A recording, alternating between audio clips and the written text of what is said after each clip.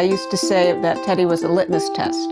If you looked at Teddy and didn't smile, then there really was something deep and dark and wrong with you.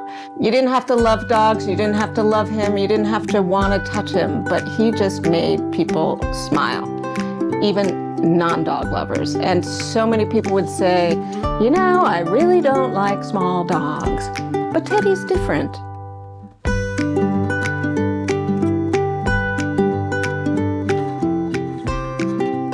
Anyway, I don't want to brag on Teddy. I don't need to brag on him. I just need to get through this. And last night I went to the bereavement group, the one bereavement group in New York City for pet loss. There were only 5 of us there. 4 of us were middle-aged women. 1 was a younger woman in her 20s. 3 of us lost dogs, 1 lost a cat. And then the young woman had lost her guinea pig. And she walked into the room sobbing and cried the whole time. And I was really trying not to judge. Because here I am like a mess over the loss of my dog. So I'm like, I was really trying not to judge. And then she said that she lost her guinea pig 8 months ago. And again, it's like, okay, really, really, really, like she loved this pig and I cannot judge. And then she said that she had only had the guinea pig for 4.5 months. And that she had 2 other guinea pigs as well. Really, really trying not to judge her at that point. And then she just started talking about guinea pigs and how she'd always had guinea pigs and how she doesn't like people, how animals are just so much better for her, and how this particular guinea pig really caught her heart because she adopted it and it sort of ignored her. I guess it had been an abused guinea pig. And she just figured if she worked with it and worked with it and worked with this little girl pig, the pig would come around and let her pick her up and love her. And unfortunately, she died before that ever happened. And then I started seeing this whole window open up into what this woman might actually have been grieving, and how every relationship and every loss is just a window into all those other relationships and all those other losses and all those other unmet needs. And the thing about dogs, it's this unconditional love. They're never mad at you. They're just never mad at you. They will keep coming back for more and more love. Even if they're terrified of their owner, they will go to their owner, their master. And I think most of us never really got that kind of unconditional love for very long, if at all. I mean, as babies, if we're lucky, as small children, if we're lucky, from one of our parents, forever, if we're lucky. I mean, I happen to get it from my father pretty much forever. From my mother, I didn't, you know?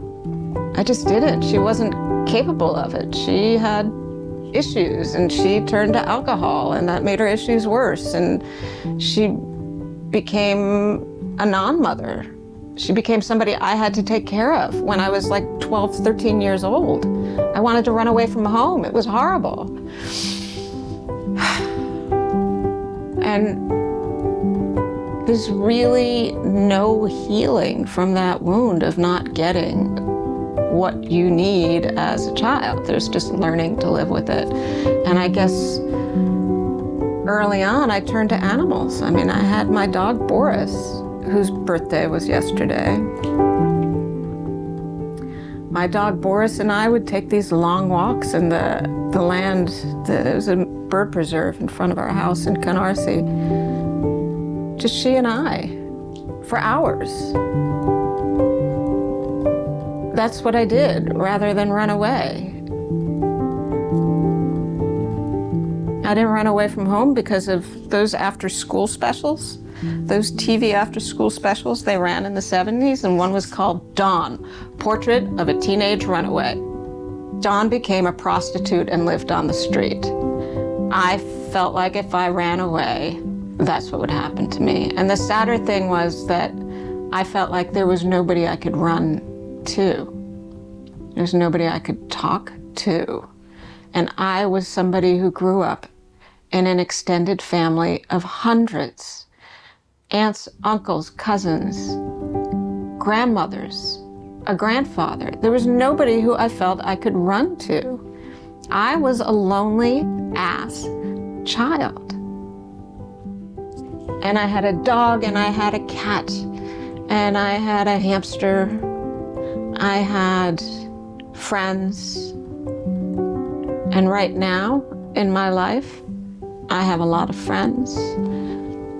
I have an Emmy Award and a couple of films that have done pretty well. I don't have a mother, I don't have a father, I don't have a sibling. I don't have a spouse, I don't have children. I had a little dog, and his name was Teddy. And he was my little love, my little friend.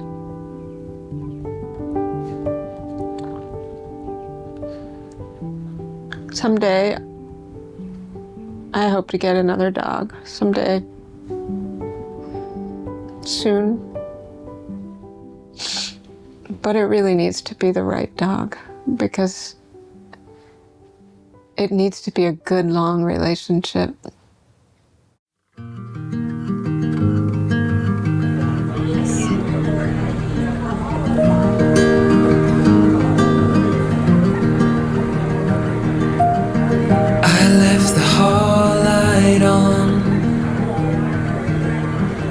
In case you come back home, I sent a text that I was wrong. Oh, won't you come back home? Why won't you come back home?